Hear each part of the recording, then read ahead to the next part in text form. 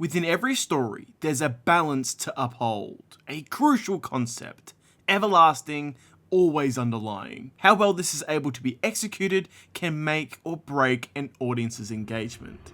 So let's dive into...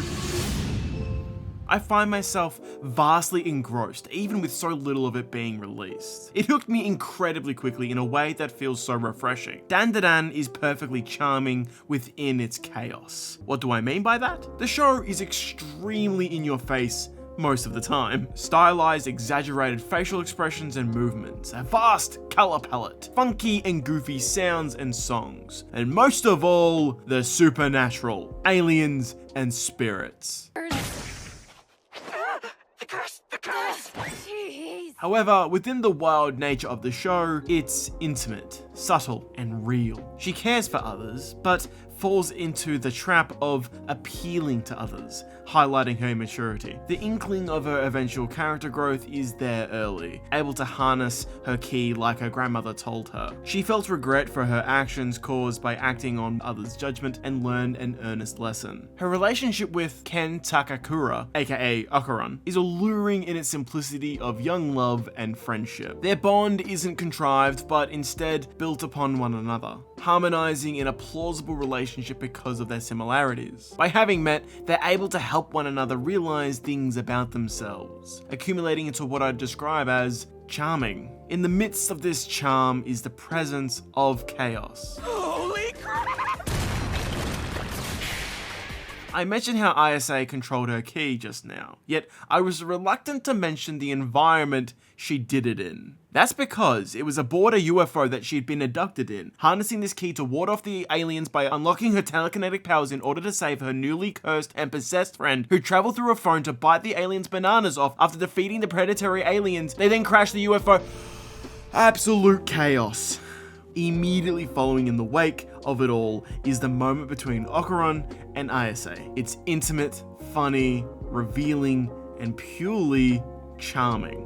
It's this balance of charm and chaos that's made for something so special. The show is so many things with a lot of moving facets, yet it remains unique in its identity, with the credit being how well the story is able to achieve balance. It's effortlessly able to merge such extreme, outright preposterous situations with the mundane moment-to-moment of everyday life. It enchants an audience under a grand spell, but beholds them with its soul. Chaos and charm aren't the only elements being balanced within Dandadan. Instead, they encapsulate the core of Dandadan, serving as umbrella terms that are able to be applied to everything within the show. Using this understanding, I'd like to examine one character that reflects what I'm getting at.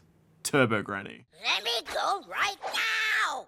A modern Japanese folklore utilized and tailored for the story of Dandadan. Turbo Granny is the source of power for Okuran. She's revealed and built upon as the primary antagonist so far. On the surface, she's your stereotypical ghost, scary and haunting with evil intent. At least, that's what I thought at first. As with each new episode, I understood more of her motive and her character as a whole. She's more than just some entity, but is a complex character consisting of her own motives. During the opening arc, Granny works with the bound spirit of the tunnel in Shono City. This spirit is revealed to be a collection of violated and murdered women's souls, taking the form of a gigantic crab. With this context, it sheds light as to why she attacked the aliens that were sexually assaulting Momo. Furthermore, giving understanding to why she takes Okuran's banana and balls. Turbo Granny isn't necessarily evil, but instead she's protective, with traits of a human, not a monster, elevating what could have been a boring one-note villain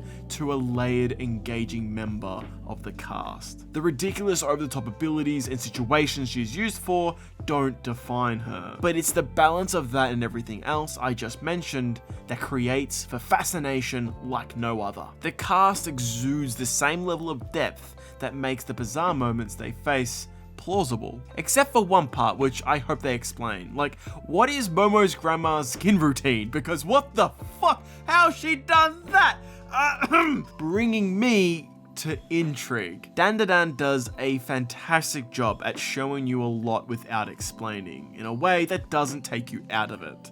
Instead, having a steady balance of known and the unknown to keep the audience's attention, causing an effect on the audience that's viewable in the show itself.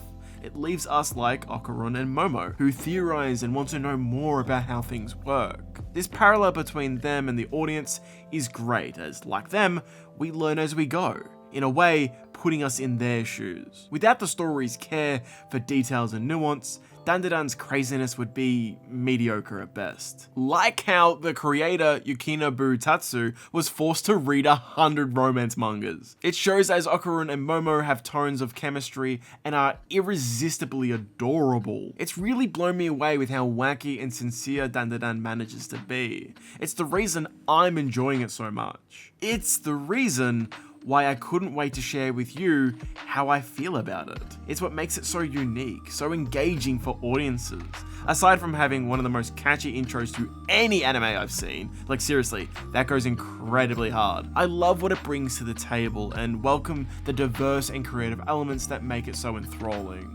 I find it refreshing to dive into a world that's so unapologetically goofy and find myself caring the same as if I was watching Power and Denji fight a devil to rescue a cat. The show is able to switch directions constantly, changing between a variety of different scenes containing vastly different emotions and scenarios. Yet no matter the difference between them, they all belong together. I'm amazed by how in sync the creator Yukinobu Tatsu and the director Fuga Yashimiro are able to be. The reactionary effect they've produced from me and the greater audience of Dandadan has been a joy to be a part of. Additionally, I have a lot of respect for the decisions made revolving around the serious topics.